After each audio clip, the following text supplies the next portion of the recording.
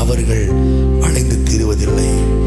அலைஞ்சு அலைஞ்சு அலைஞ்சு மிக வெறுமையோடு இதை கேட்டுக்கொண்டிருக்கிற ஆத்மாவே, கர்த்தர் இந்த மாலை வேளையில உனக்கு சொல்றாரு, உன் அலைச்சல்களை அறிந்திருக்கிறேன், இனி நீ அலைந்து திரிவதில்லை.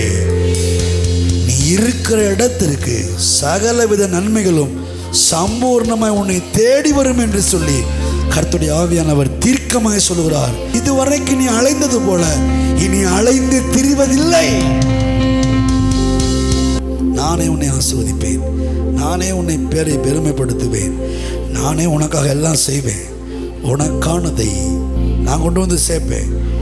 நீ இதுவரைக்கும் அலைஞ்சு பார்த்திராத நன்மைகளை இனி அலையாம உட்கார்ந்த இடத்துல நீ பார்க்க போறேன். கர்த்தர் இந்த முதல் நாள்ல உனக்கு வாக்குத்தத்தமாய் சொல்லுகிறார்.